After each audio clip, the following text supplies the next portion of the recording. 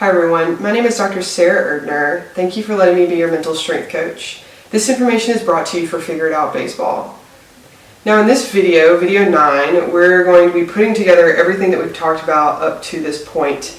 So if you haven't watched any of the videos before this one, I encourage you to start at video 1 and work your way through this series because each video builds on the next to get us where we're at now, which is to talk about routines, your baseball routines. So in this video, video 9, we're going to be talking about the importance of routines as well as what routines are. And then we're going to explore your routines more, come up with an extremely solidified game plan for you to achieve optimal baseball performance in video 10 of this series. So what are routines? Well, some people might call these rituals. And what it is it's a set of behaviors that we engage in that are going to get us into the rhythm of the game, which is going to increase our readiness for optimal performance. So this might look like, for some, you get to the field, you get to the dugout, you put your cleats on, and then the entire team gets around in a circle and you start warming up. Maybe you start with stretches first, you start with your arms, loosening them up, then your legs, loosening them up. Then you get into a throwing line and you have your partner. But each time you do this exact same thing every single game, and you get into the routine of doing this warm-up routine that's going to prepare you for competition. There's a difference between routines and superstitions.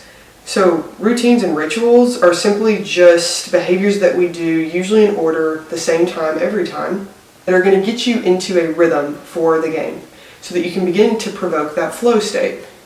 Superstitions are not going to help your performance. This is basically thinking that I have to tie my left shoe before my right shoe because I did that last game and we won.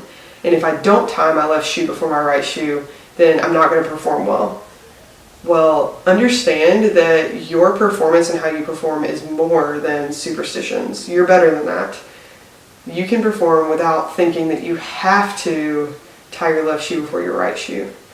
Routines and rituals are just a way that we can begin to provoke that flow state that you want to get into during the game.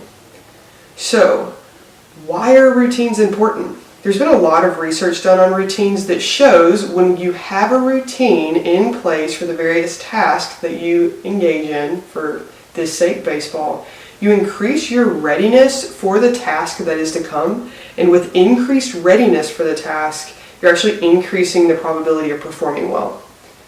So I want us to think now about the different times that you can have a routine in place.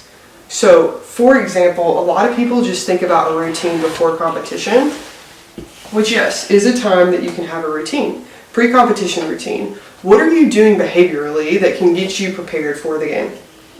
But also, what are you doing in the dugout? What routines do you have in the dugout? Or are you just going in the dugout, sitting there, waiting on the next time you get on the field? I would challenge you to come up with ways that we can actually use this time to your benefit to increase your readiness for optimal performance. Or what about pre-at-bat? You're on deck, what are you doing routine-wise that's going to get you in rhythm, get you in flow, in order for you to have a good at-bat? And when you are at-bat, what's the routine that you're using to make sure that you're staying focused while at-bat in order for you to achieve your most optimal performance?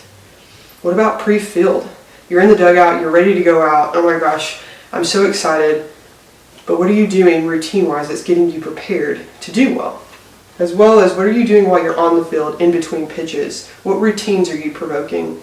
And then what some people miss out on is your post-competition. What are you doing at the end of that competition routine-wise that's going to help you with optimal relaxation and recovery so that you can perform well in the next game? Now what I want to do is invite you to watch the next video. Video 10, which is going to have us explore a little bit more of these different times that we can have routines, and then figure out a more solidified game plan for you so that you can have the best routines possible so you can increase your readiness to achieve optimal performance. Thank you so much for letting me be your mental strength coach. This information is brought to you for Figure It Out Baseball.